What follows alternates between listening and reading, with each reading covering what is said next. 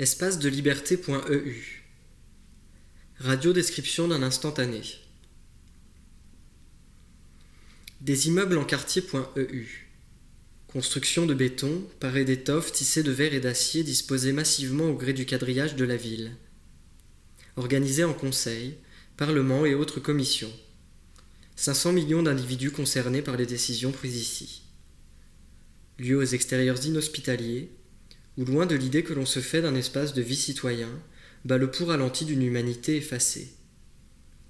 Rues recouvertes par les ombres portées des tours froides, esplanades désertées, silhouettes passant leur chemin d'un air pressé.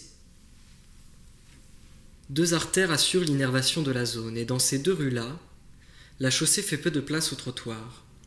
Pour le piéton dominé de toutes parts, le combat est perdu d'avance, il est condamné à raser les murs tête baissée. L'étroitesse de la vue est assurée pour celui qui oserait lever les yeux. La visibilité ne dépasse pas 2 mètres. Le regard se heurte en premier aux nuages formés par un flot continu de particules noires, bruyantes et sales. Le cou doit inévitablement se contorsionner pour dépasser ce brouillard rasant.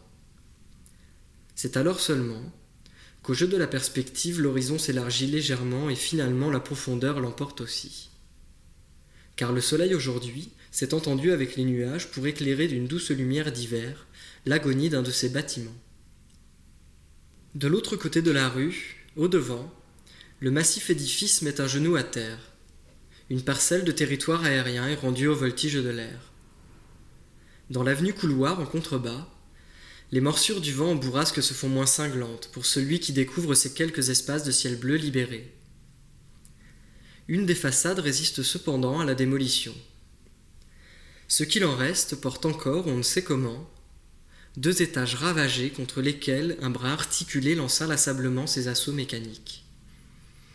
Ils n'en ont plus pour longtemps, c'est sûr, d'autant qu'une des 2 grues stationnées de part et d'autre de la ruine assure l'acheminement d'une pelleteuse assassine au cœur de ce champ de bataille. Les gravats, ordures de ce démantèlement chirurgical, pleuvent dans un fracas assourdissant. Les lambeaux des murs et du plafond du 2e étage rejoignent dans leur chute ceux du 3e déjà entassés au ras du sol. Benz et engins occupent le trottoir d'en face et une partie de la rue a été réquisitionnée. La boursouflure menaçante du chantier, circonscrit derrière une rangée de palissades arborant fièrement le nom des officiers en charge des opérations, fait payer à la surface la liberté rendue au ciel, aux nuages et au courant d'air. Abandon des espaces aériens concédés à contre-cœur et seulement pour un temps, car sans doute qu'ici, au printemps, un commissaire.eu administrera.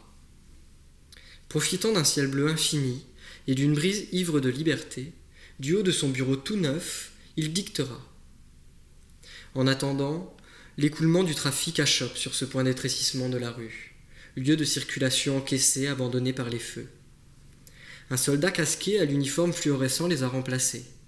Il s'efforce de limiter le chaos. Un bras levé pour le rouge, de grands moulinets pour le vert, et des sifflets pour assurer le rythme.